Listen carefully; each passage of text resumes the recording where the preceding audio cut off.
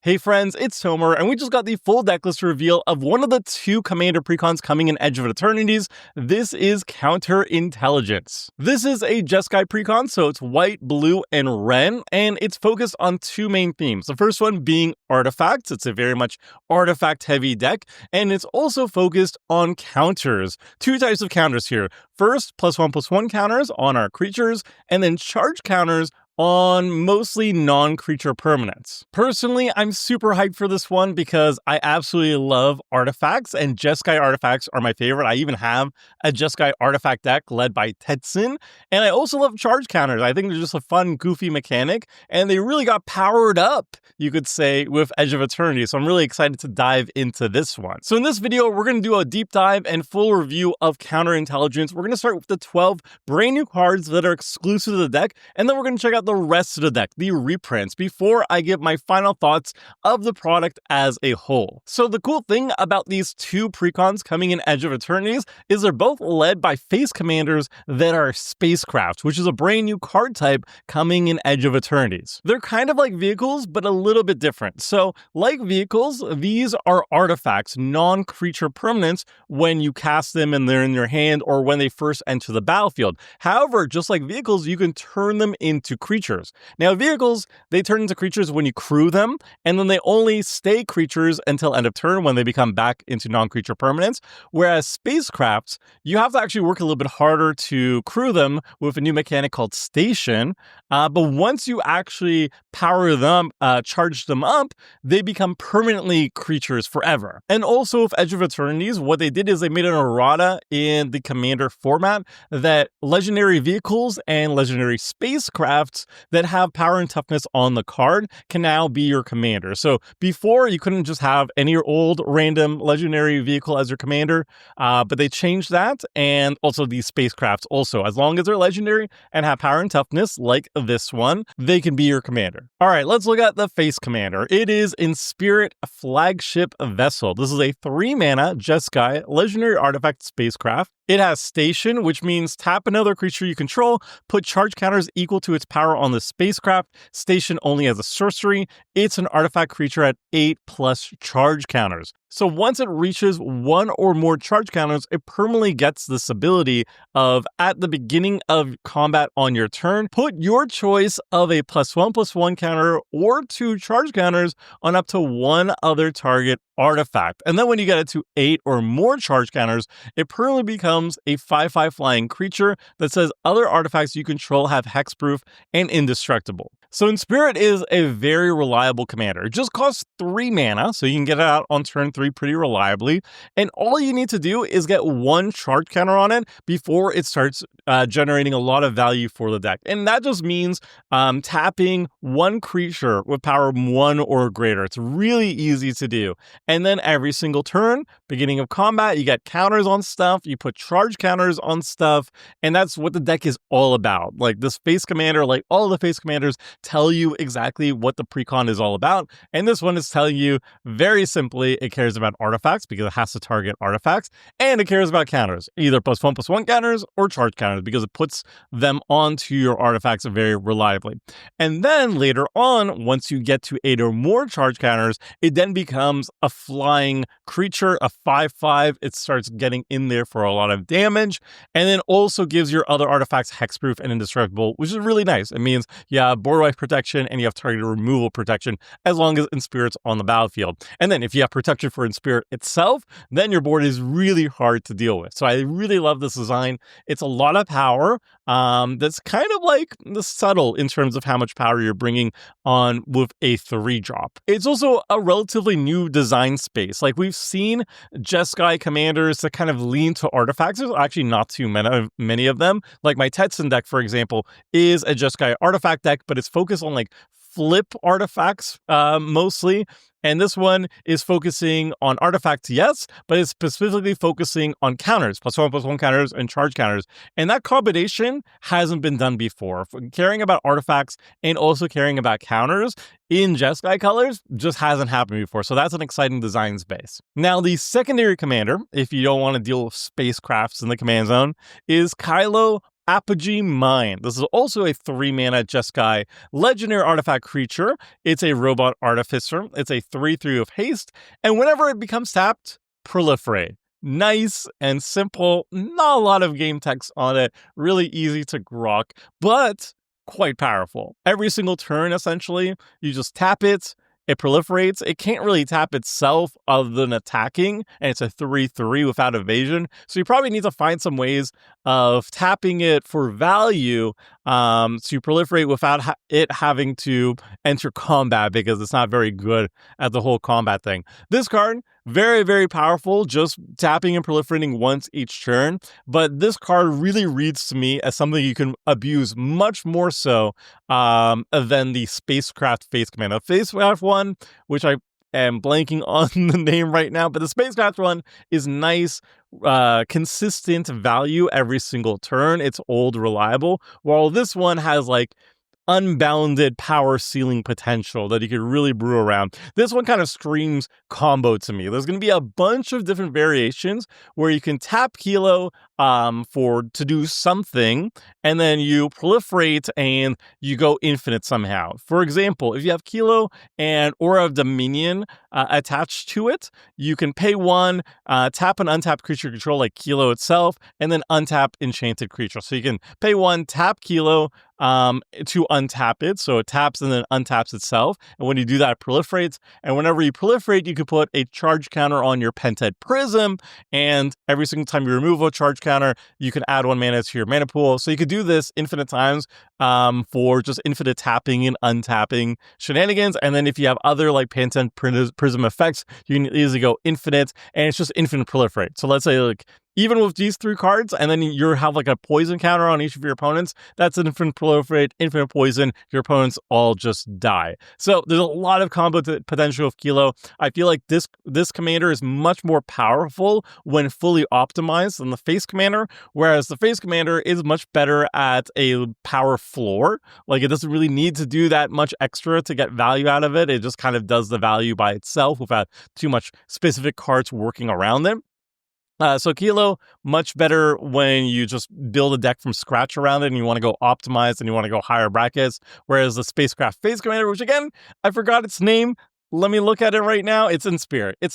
I forgot it. I'm sorry. But in Spirit, I think has much higher power floor. Kilo has a much higher power ceiling is what I'm trying to get at. We'll move on to the rest of the cards in the deck that are brand new. So there's 10 other brand new cards that are exclusive to the Precon. They can't be your commander, but nonetheless, they're very sweet, and I'm very excited for them. The one I'm most excited for has to be Uthros Research Craft. This is a 3-mana blue artifact spacecraft. Got station and then the 2 charge modes. 3+ charges it permanently gets whenever you cast an artifact spell, draw a card, then you put a charge counter on the spacecraft, and then when it reaches 12 or more charge counters on it, it also gains, becomes a creature permanently. It becomes a 0/8 with flying, and it gets +1/+0 for each artifact you control. So a 3-drop easily gets to 3 or more charge counters very, very easily in basically any artifact deck, let's be honest. And then whenever you're casting artifact spells, you're just drawing a ton of cards. I would even say that's kind of amazing. That's a 3-drop Beast Whisper type effect for your artifact deck that's also relatively hard to deal with, right? It's not a creature when you first cast it, when you get to that 3+ charge counter. So it's kind of hard to deal with for a lot of different colors.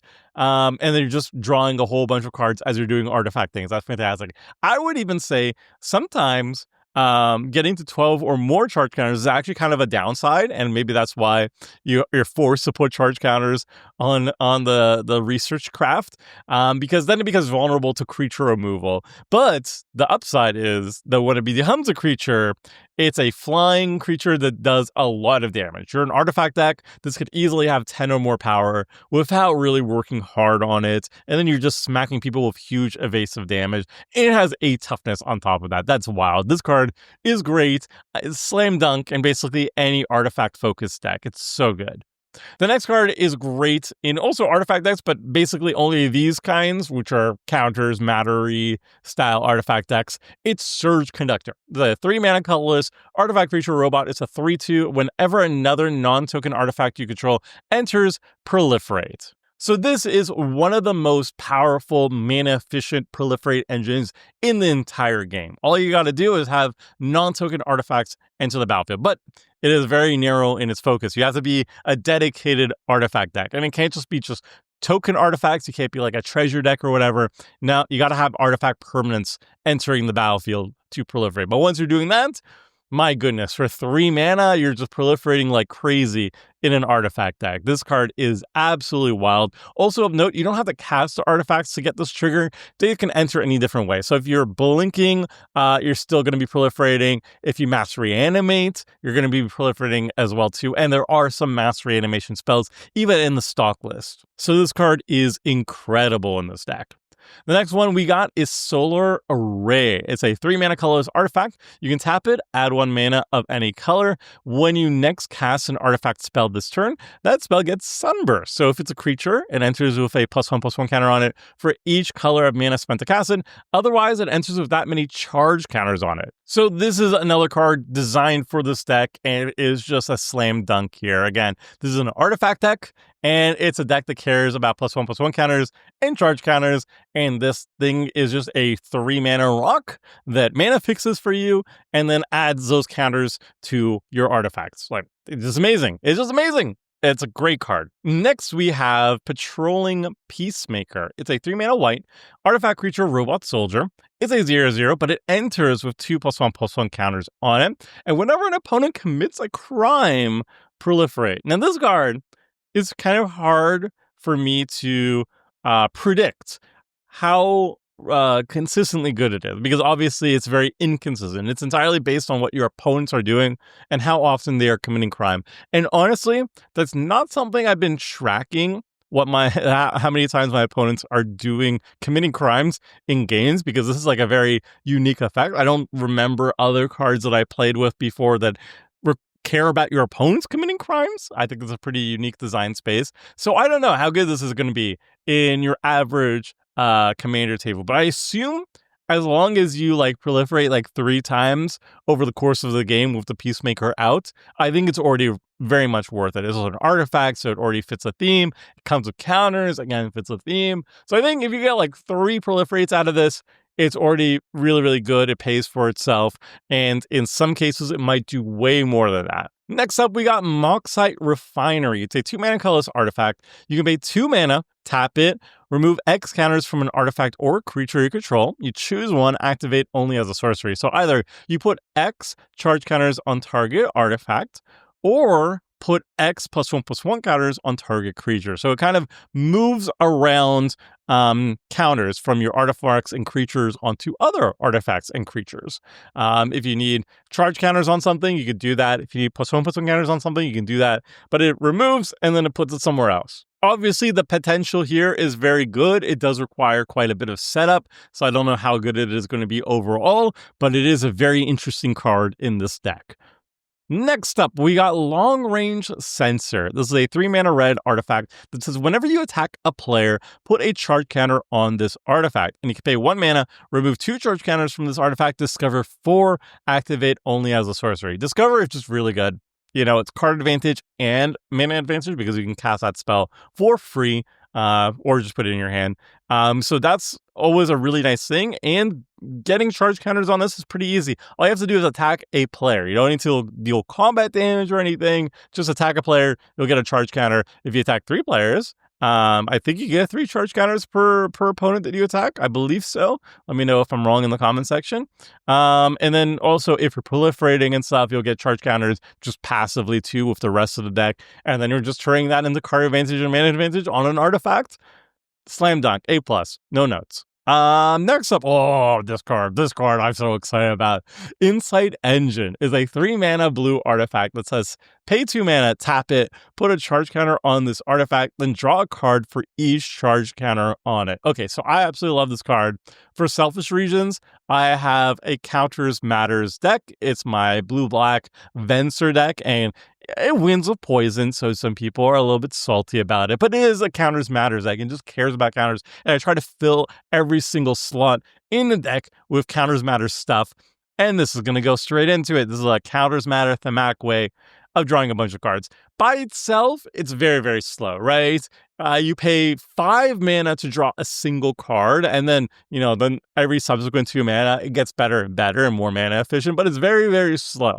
However, if you're in a deck like this one that proliferates, put charges counters various different ways on it without having to tap it every single time, it gets tremendously better, right? You get like 1 charge counter on it for 5 mana, then you proliferate a bunch of times or you move charge counters onto it. Then the next time you activate it, you draw like 5 cards instead of just like 2 or something like that. It gets incredible. So I'm super hyped. I love this design. It's super cool. Next up, we also got another amazing finisher for artifact decks like this one. This is Depth Shaker Titan.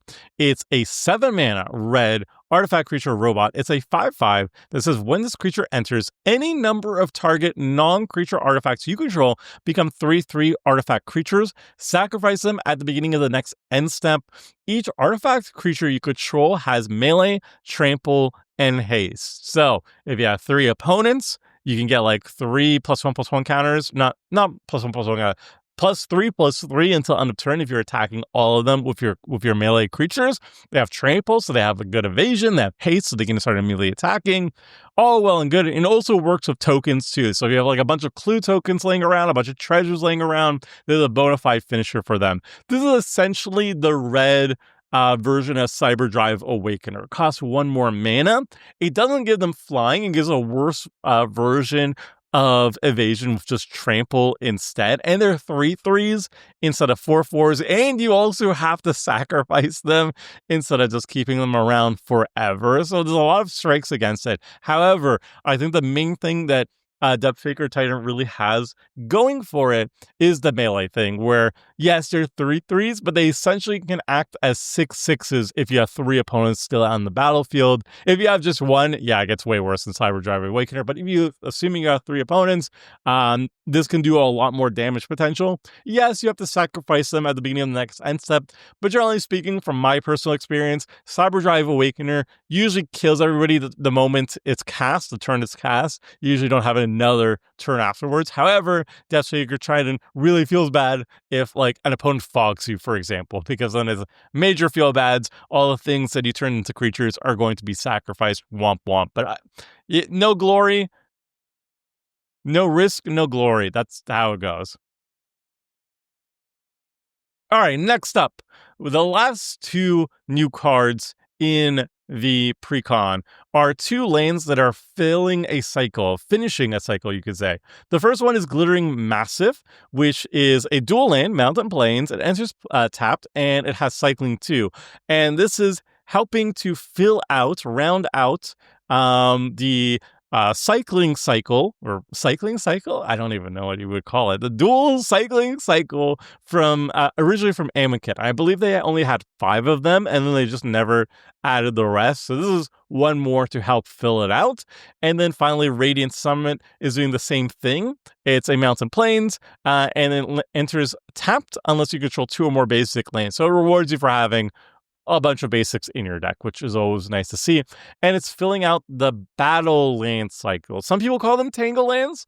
I don't like that term so much, the 2 to tangle, because it's like, yeah, I have 3 to tangle. I don't know. It's a little weird. I call them battle lands because they're Battle from Zendikar, but you can fight me in the comment section. Anyway, they're really cool to see here. I love filling cycles. And it's just a nice little bonus here because generally speaking, Precons only have 10 brand new cards that are exclusive to the deck. And now they're adding 12 because they're using 2 slots to just fill out a cycle. I think that's really admirable. I like it. 2 thumbs up. All right, we checked all the brand new cards exclusive to the deck, and now let's check out the rest of the deck, the reprints. And as always, I like to start with the 3 most expensive reprints in the deck. And I gotta say, out of the 2 Precons, it is no doubt about it that this one, Counterintelligence, has way more reprint value than the Jund Lanes deck. There are a ton of expensive cards that are getting reprinted here. The top 3 are Tekethal, Inquiry Dominus, which is just a proliferate staple. It's like Panharmonicon for proliferate. Dark Steel Reactor is a really cool one. It's an alternate win condition for charge counters. And typically it takes an incredibly long time for you to win with this. But if you're proliferating or putting charge counters on it different ways, you can speed up the process. It's a very flavorful way of winning the game.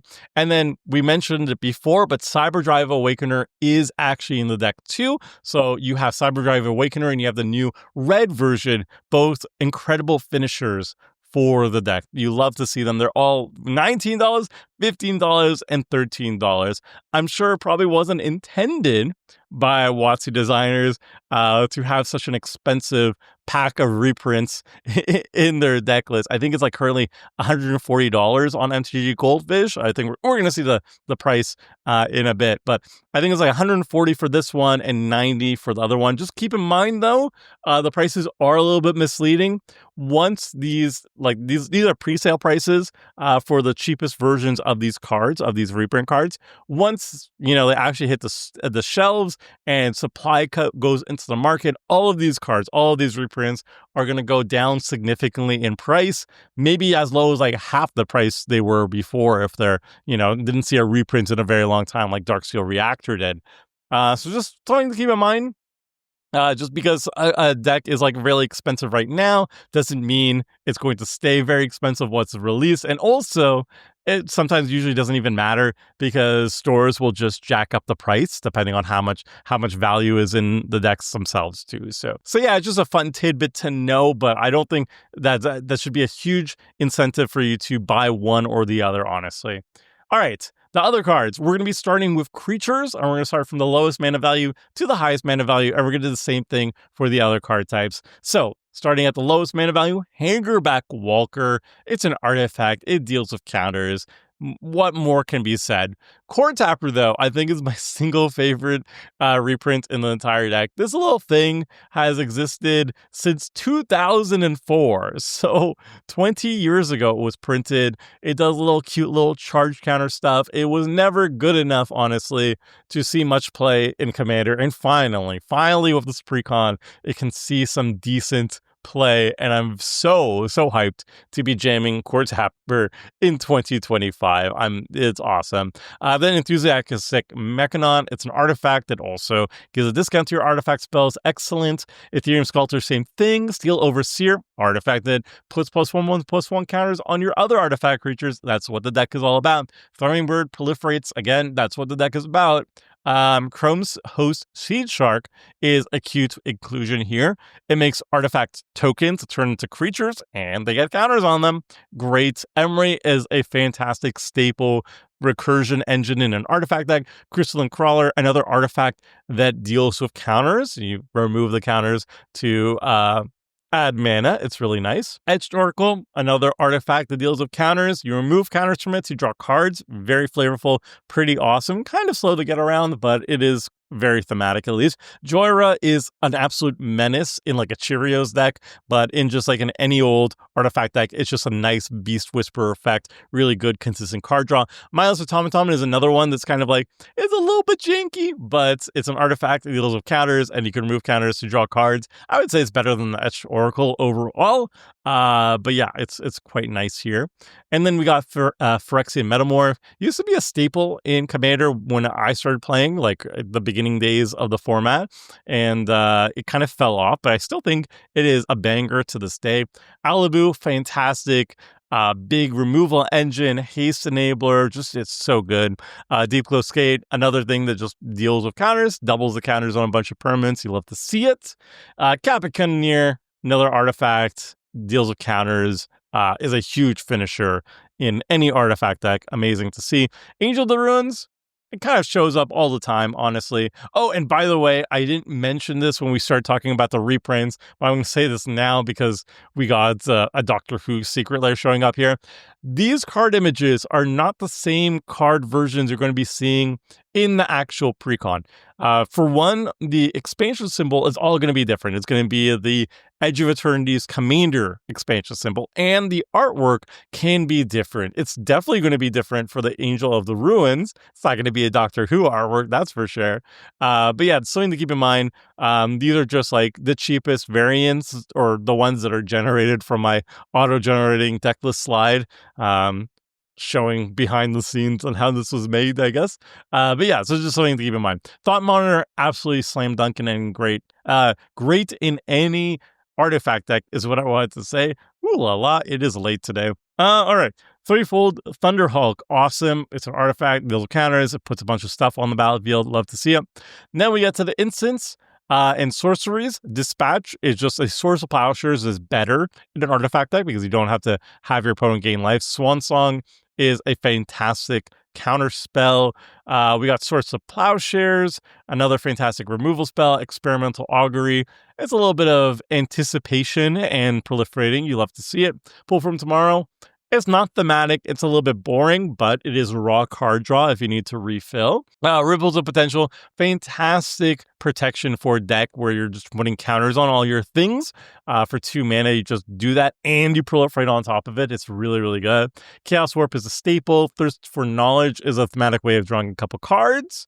Universal Surveillance, I always want to like this in an artifact deck, but it always is a little bit disappointing, to be honest. But it is thematic. Chain Reaction is just a board wipe. Tezzer's Gambit, fantastic. It's another really efficient way of drawing cards, but also proliferating.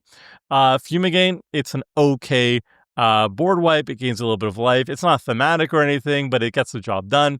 Wake the Past, one of the best, most incredible cards that you want to see in an artifact deck because it's mastery animation, but also gives all your stuff haste. And Organic Extinction, it's a lot of mana. It's a ton of mana, even in an artifact deck, even with Improvise, but the payoff is really good. Just like a one-sided board wipe, you love to see it.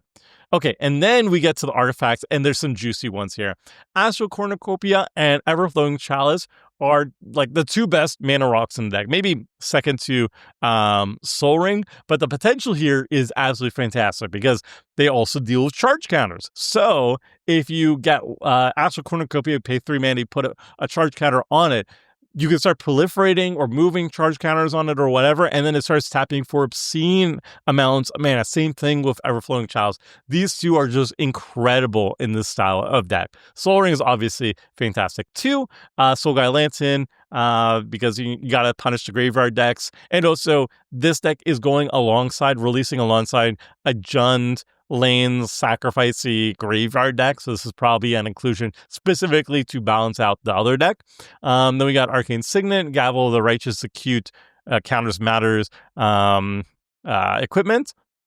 And then we got Pentad Prism, which can combo, is one of the pieces of the combo with our secondary commander, but we don't have the other combo pieces. Don't worry, it's not going to go infinite here.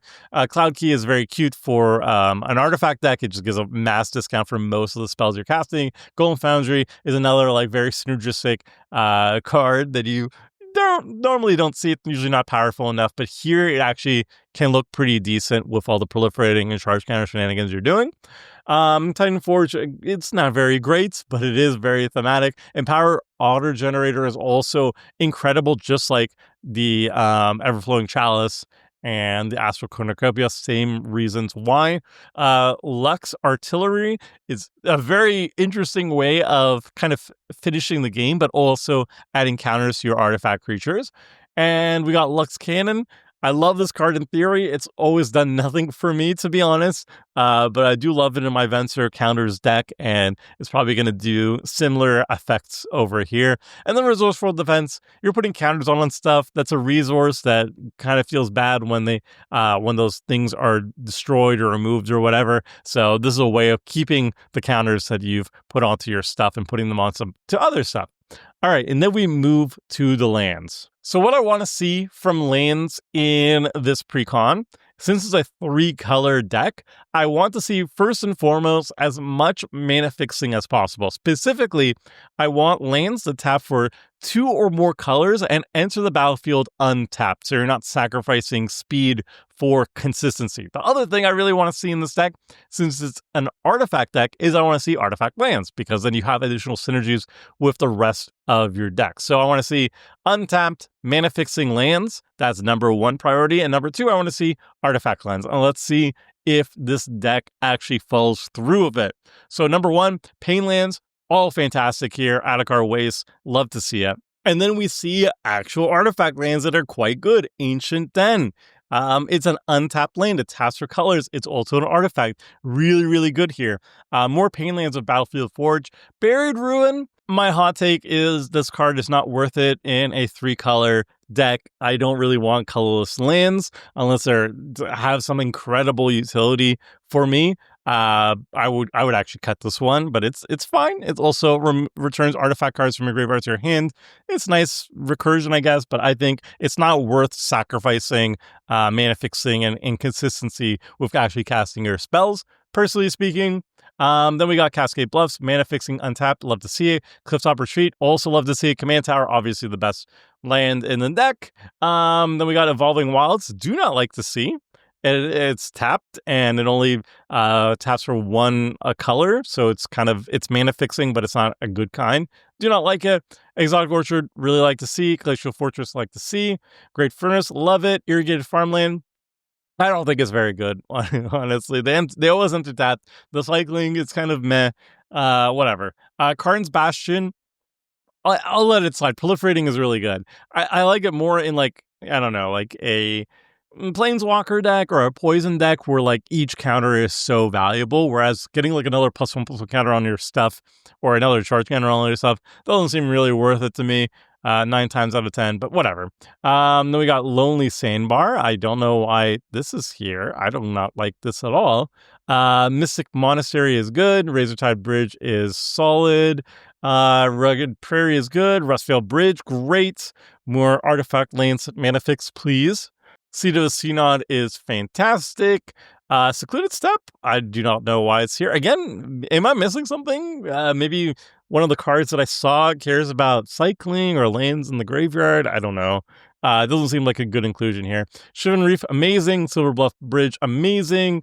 Skycloud Expanse is solid. Spire of Industry, amazing here too. Sulphur Falls, also love to see. The temples, they're fine. They keep showing up, they're fine. I like them more than the Evolving Wilds inclusion or the Cycling Lands inclusion, to be honest.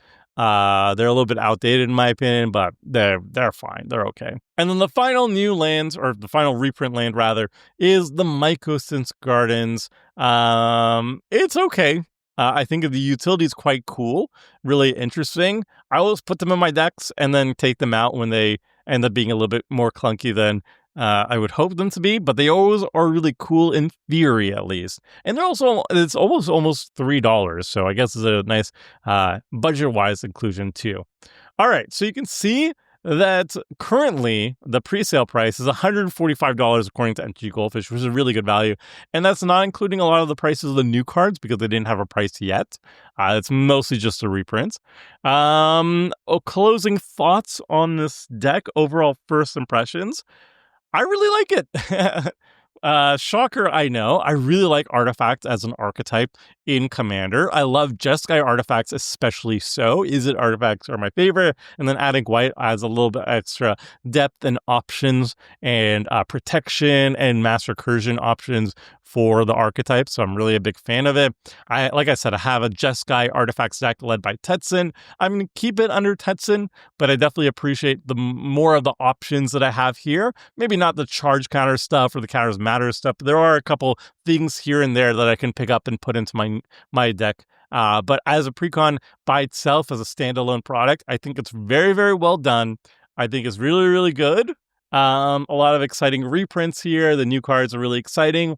I think it's going to be weaker overall than the Jund Lands deck because you're up against Jund Lands. I mean, that's just a better archetype in casual. Whereas this, as good as this can be, it's always going to just immediately concede to a Vandal Blast. Like, I'm sorry. Sometimes you'll find a mass reanimation spell, but if you don't, you're just not having a game of Magic anymore. So that's always the risk you play. you have when you're playing an artifact deck. I love it when you're not getting Vandal Blasted, but when you are, or even worse, if you're getting Farewelled, you're just no longer playing Magic anymore. So that's just a risk you gotta take when you're playing artifacts. But yeah, that's my thoughts on Counterintelligence. Overall, A plus. I think it's very well designed.